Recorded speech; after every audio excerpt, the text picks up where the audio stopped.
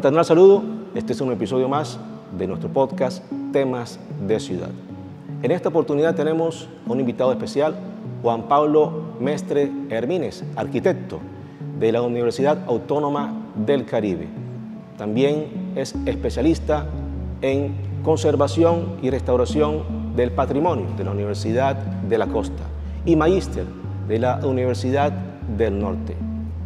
También es subdirector ejecutivo de El CLENA, Corporación Luis Eduardo Nieto Arteta.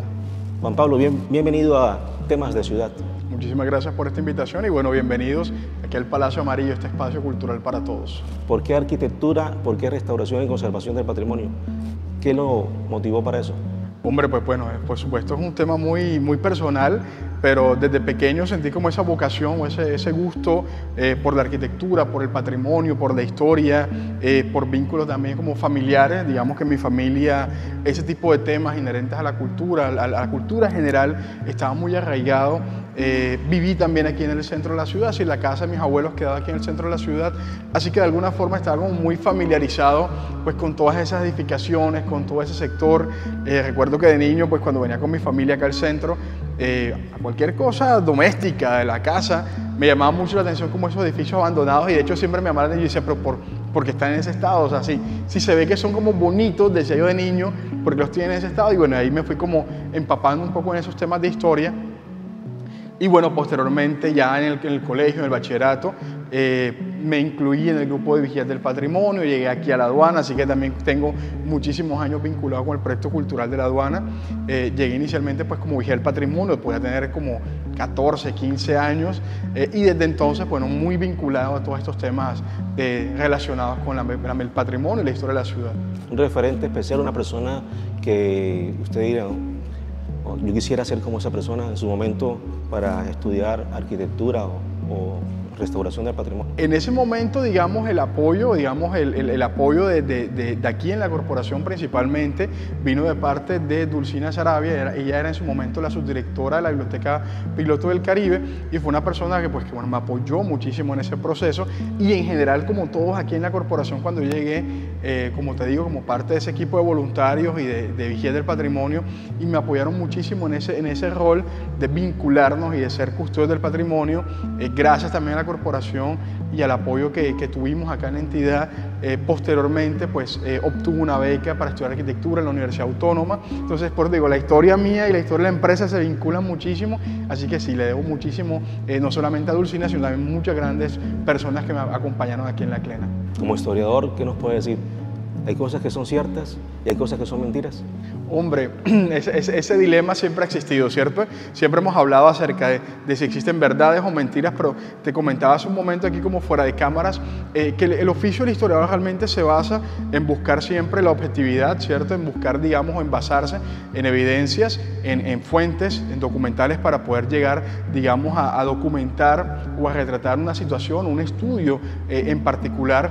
Y te mencionaba que el oficio del historiador realmente no entra a juzgar una posición, una visión de la historia, sino realmente tomando como referencia unos acontecimientos, unos hechos, una información, verdad, digamos, contenida en unas fuentes y presentarla, ¿cierto? El historiador no debe entrar a juzgar ni a manipular de alguna forma la información existente sobre algo, sino entregar los hechos lo más riguroso posible y lo más racional y acordado a la realidad posible. Si alguien quiere venir al CLENA, quiere venir a este lugar histórico de la ciudad, el edificio histórico de la aduana, a investigar algo sobre historia, ¿qué tiene que hacer? Bueno, te cuento un poco acerca de la Corporación Luis Eduardo Nieto Arteta, digamos, para que las personas comprendan acerca del proyecto cultural, digamos, resguardado por nosotros. Somos un centro cultural con 31 años de funcionamiento, contamos con los auspicios de la Cámara de Comercio de Barranquilla, de la Gobernación del Atlántico, de la Fundación Mario Santo Domingo, a través de unas instituciones que son la Biblioteca Piloto del Caribe, la Biblioteca Infantil Piloto del Caribe, el Archivo Histórico del Atlántico y la Biblioteca Infantil Piloto del Caribe. Adicional a eso hay otros espacios como el Centro Interactivo de Memoria Urbana SIMU, la Galería de la Aduana en la que nos encontramos, el Auditorio Mario Santo Domingo, entre otros. El acceso a las instalaciones es completamente gratuito, es completamente libre, a excepción del SIMU, que sí tiene un valor la boletería, pero el resto del edificio es libre. O sea, tú eres un investigador, tú eres una persona, una ama de casa, un ciudadano del común, un estudiante, un empresario, pueden acercarse a nuestra biblioteca, pueden acercarse a nuestro archivo histórico de lunes a viernes, desde las 8 hasta las 5 de la tarde, en jornada continua, y los sábados de 9 a 12 del día, y pueden acercarse a consultar esas fuentes documentales. Esa información o esos documentos que pueden consultar están disponibles tanto en físico, en la biblioteca, como también muchos ya están disponibles en digital en el archivo histórico, porque se ha avanzado en un proceso interesante de digitalización de estos fondos documentales para que las personas, pues, evitar también la manipulación del documento y los puedan consultar de una forma mucho más segura, tanto en digital aquí en la aduana, como a través de un sistema que se llama Tierra Adentro, que es un aplicativo, lo pueden consultar también en línea. Si alguien quiere, por ejemplo, investigar sobre los orígenes de las máscaras, algo histórico, en el Atlántico, ¿qué debe hacer? ¿Cuáles serían los pasos a seguir? ¿Cuáles serían los pasos a seguir para tener una investigación? Uno, delimitar un periodo de tiempo, ¿cierto? ¿Cuál es el periodo de tiempo que quieres investigar? Dos, cotejarlo con las fuentes que tenemos aquí en el archivo histórico o en la biblioteca Piloto del Caribe. Cuando te digo cotejar las fuentes, ¿qué es? Para el caso del archivo manejamos mucha fuente primaria, notarías, que son las notarías primera, segunda, tercera, cuarta de Barranquilla, notaría única de Sabana Larga. Tenemos otro tipo de fuentes, como por ejemplo la prensa. Tenemos fuentes de libros, bueno, esas serían como fuentes secundarias, pero son libros de un valor histórico, porque son libros que tienen más de 100, 150 años aquí. Entonces, lo primero es delimitar el periodo de tiempo que quieres investigar. Segundo, revisar nuestros catálogos para mirar qué de la información que tenemos acá le es pertinente a tus temas de investigación. Como te digo, no solamente la información que está en el archivo histórico, también puede ser información contenida en la biblioteca. Y a partir de ahí, como ir trazando, digamos, cuál es esa bibliografía de lo que nosotros tenemos que te puede servir de utilidad. Porque puede que, por ejemplo, no vas a encontrar, y es una asociación común que las personas sienten, es que voy a buscar un libro que me hable de la historia de la máscara, y eso realmente no va a suceder. Tienes que, por ejemplo, buscar información de prensa. Ah, mira, ya en la prensa, en los años, no sé, en los años 40, ya X máscara ya aparece, por ejemplo, en los registros de prensa.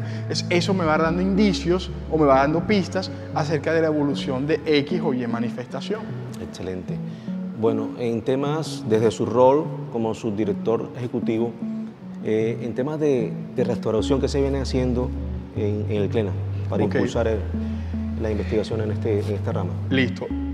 El edificio de la aduana, bueno, como te decía, fue restaurado en 1994. Nosotros contamos con una dirección de conservación y preservación, que es la que se encarga periódicamente de los mantenimientos, de los acondicionamientos de la infraestructura, que es lo que hace que el edificio se mantenga habitualmente como en muy buenas condiciones. Desde hace 2 años, gracias al apoyo de la Cámara de Comercio de Barranquilla, la Gobernación del Atlántico, la Fundación Santo Domingo, principalmente la Cámara, se han venido ejecutando unas acciones de intervención general del edificio. Eso se logró también, y también es un momento de agradecerlo, a la Fundación Pintuco, que se vinculó con una donación de pintura para la intervención del edificio, más unos aportes que hizo la Cámara de Comercio, y se logró por lo menos toda la intervención general del edificio. Fue la intervención más grande que se ha hecho, digamos, a nivel de restauración del edificio desde su restauración en 1994. Y ahí se sumaron otros esfuerzos y otras voluntades, como por ejemplo la intervención que se logró del mural de Alejandro Obregón, Simbología de Barranquilla, que está en la Plaza de la Aduana. Ahí se hicieron 2 actividades. Por un lado, la intervención de todo el bastidor, es decir, la estructura de soporte del mural, que es una estructura, un elemento porticado en concreto. Y 2, la restauración de la capa pictórica, es decir, la intervención directamente de la obra de arte. Esa intervención y toda esa obra se hizo gracias a los apoyos de la Fundación Santo Domingo y de la Gobernación del Atlántico, que también apoyó en su momento la intervención del Monumento al Transporte, la locomotora. Es decir, aquí constantemente estamos ejecutando esas actividades. La ciudad siempre asume, porque también nos dicen como en redes sociales, es que el edificio de la aduana siempre se mantiene impecable, claro, pero para llegar a que se mantenga impecable, las acciones son diarias, porque lo que tratamos de evitar siempre es que el edificio llegue a un estado, por supuesto, de abandono, de deterioro, donde ciertas acciones ya sean como irreversibles, ¿cierto? O donde haya que acometer unas actividades mucho más grandes. En ese proceso, ¿cuáles han sido los desafíos que usted diga, bueno, tenemos esto y queremos superarlo? Desafíos como tal, bueno, diversos, ¿cierto? De un tema de concientización, digamos, siempre aquí hay un punto que, digamos, levanta un poco de ampollita, ¿cierto? A veces en la ciudad. La ciudad siempre tiene como una resistencia hacia el tema de la cultura, siempre, digamos, hay un eco constante de la falta de espacios y de escenarios, que no es una realidad que se desconozca. Es decir, no desconocemos que la ciudad requiere unos equipamientos culturales, no desconocemos que la ciudad necesita, digamos, ampliar mucho más su oferta cultural, pero también es cierto que gran parte de la agenda cultural existente, que se hace no solamente por instituciones como la CLENA, sino como una cantidad de entidades culturales más en la ciudad que inclusive a veces lo hacen casi como a voluntad propia, habitualmente la gente no es consumidor de ese producto cultural, la gente o la ciudad en general no tiene aún como ese vínculo de sentir que puede hacer, por decirlo de alguna manera, turismo en su propia ciudad. Nosotros hacemos un proceso importante con los colegios y parece mentira, el edificio tiene 30 años y hay colegios que vienen, profesores inclusive, y se quedan como sorprendidos de lo que hay aquí, a veces desconocen un poco, pero es como esa falta del acercamiento. A veces también es como sentir, no, está la biblioteca, o está el museo, o está esto, pero no somos consumidores de ese producto cultural, ¿cierto? Entonces, gran parte de ese elemento ha sido crear nuevo público, atraer nuevo público a las instalaciones, y eso lo hemos logrado, digamos, lo hemos avanzado, porque tampoco es que lo hemos podido concretar o materializar, lo hemos avanzado a través de espacios disruptivos dentro del centro cultural, ¿cierto?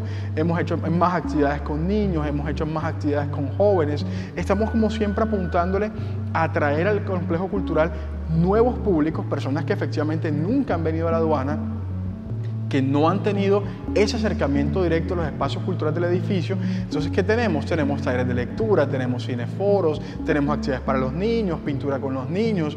Hay veces que algunos otros expositores que están aquí en la Galería de la Aduana hacen talleres con los niños, y sí, los niños rayan y pintan, porque eso también se trata del ejercicio, ¿cierto? A veces también creemos que el museo es el intocable, el espacio que solamente puedo ver, no tocar, y ese ejercicio con los niños, que lleguen, que rayen, que también sientan esa parte casi de exploración dentro del centro cultural, es supremamente valiosa.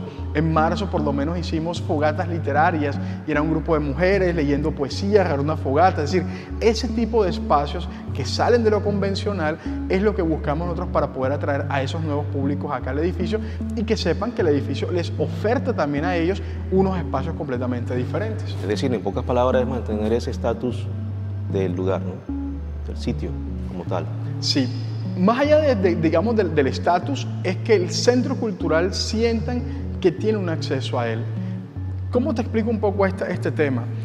Habitualmente, durante muchos, pero muchos años, la cultura, desafortunadamente, no solamente en Barranquilla, a nivel global, la cultura fue percibida como un tema casi de élite, ¿cierto? A veces las personas sentían que la cultura o las muestras culturales, la música, las artes escénicas, eran solamente para un público muy segmentado, ¿cierto? Tú sentías que si tú no tenías la capacidad, y abro comillas, de venir y ver una obra de arte y de pronto no entenderla desde la visión artística, pensabas que no eras capaz de contemplar ese tipo de cosas, y a la final todo eso fue reevaluado, porque por lo menos desde la Revolución Francesa, que se da esa gran apertura cultural de Europa, los museos de las casas reales, y se cambia la concepción de que el pueblo sí puede contemplar el arte y el pueblo puede ser partícipe también de esas muestras.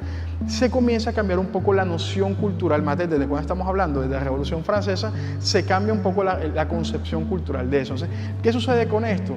Esa forma de acercar al público a esos espacios disruptivos, a esos espacios no convencionales, es una forma también de decirles: tú tienes un espacio aquí, tienes una voz aquí, es validar eso. Nosotros aquí, por ejemplo, con el área cultural del Banco de la República, que son uno de nuestros grandes aliados, hemos hecho actividades, por ejemplo, cartelismo de los picos. Entonces, claro, hay muchas personas, y eso es cultural, claro que sí. O sea, tú tienes también un espacio acá, porque sienten que el picó es una cosa como popular, como que no tendría por qué tener y sí lo tiene, y la gente estaba feliz con sus colores así fosforescentes, pintando, ¿cierto? Todo ese tipo de cartelismo, eso también hace parte de esas manifestaciones. El tema, por lo menos, hicimos una muestra documental con los personajes de los billetes, y sí, mantuvimos la parte rigurosa de hacer una investigación sobre numismática, pero en los billetes contando historias, era la Pola haciendo Instagram. Entonces, claro, era como, pero ¿cómo así? ¿Quiénes son ellos? Es como cuentas la historia, ¿cierto? ¿Cómo haces ese storytelling completamente diferente para que las personas, los usuarios del común, sientan que también tienen un espacio aquí? Durante estos años como subdirector ejecutivo del ICLENA, para usted, ¿cuál ha sido ese momento más satisfactorio en su labor? De momentos satisfactorios te puedo decir que estamos llenos casi que a diario. Y no es una frase de cliché, no es una frase cliché. Hay muchos logros, por lo menos, que hemos destacado acá. El poder conmemorar los 30 años del Archivo Histórico. El año pasado conmemoramos los 30 años de la Biblioteca Piloto.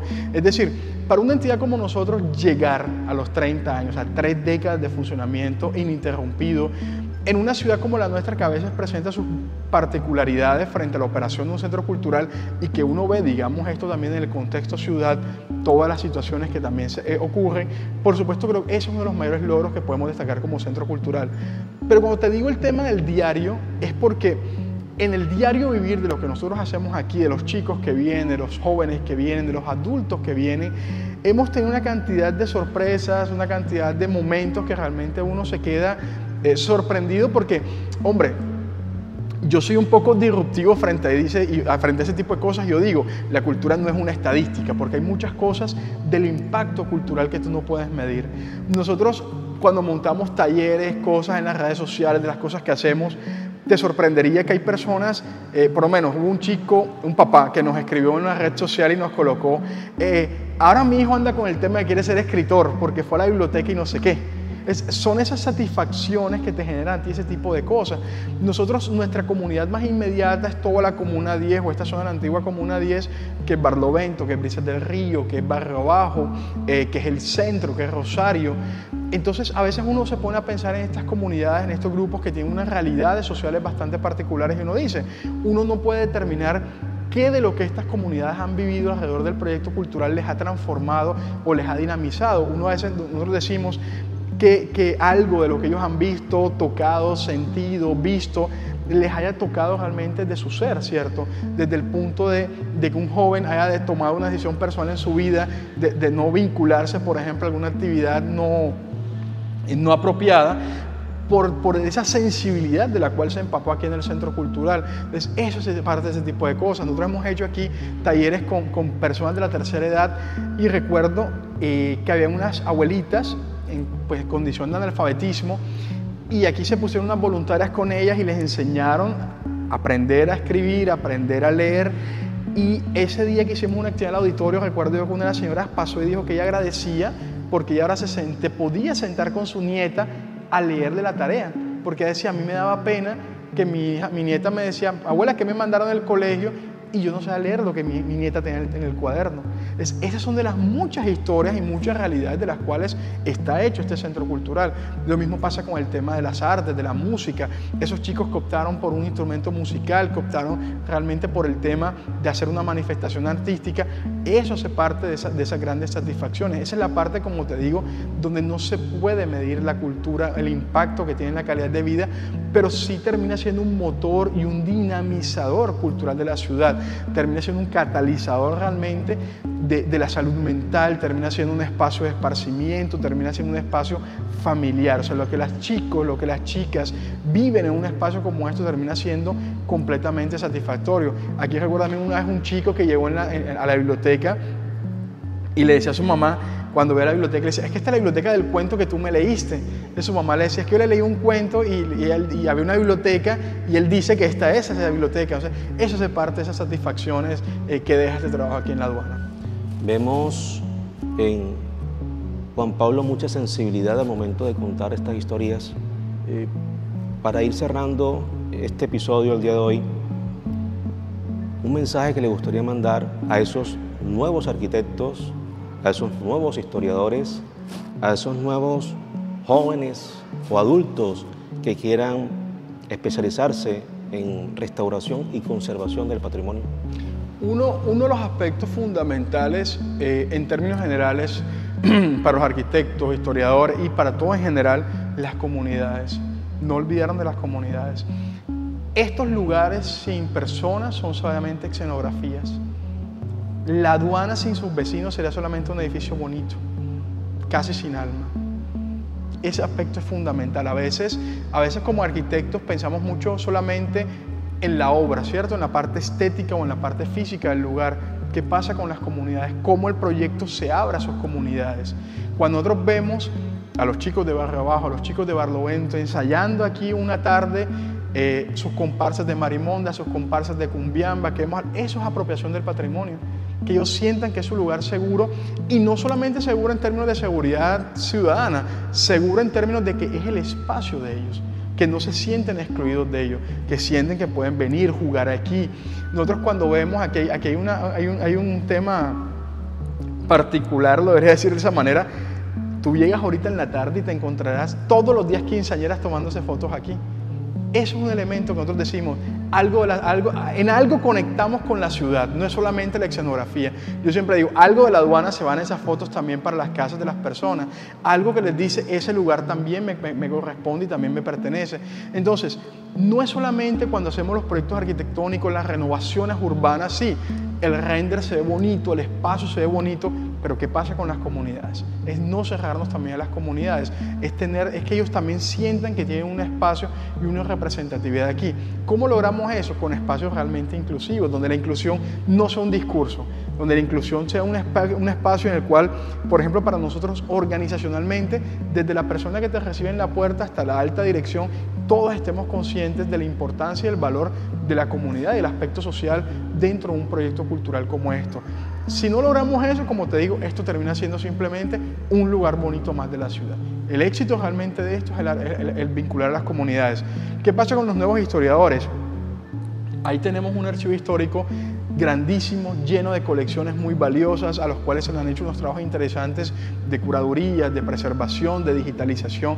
Ahí hay cientos de historias que esperan ser contadas también. Hay cientos de microhistorias, hay cientos de voces que históricamente fueron silenciadas por temas morales, por temas religiosos, por temas ideológicos. Ahí hay una cantidad de espacios que también necesitan ser contados.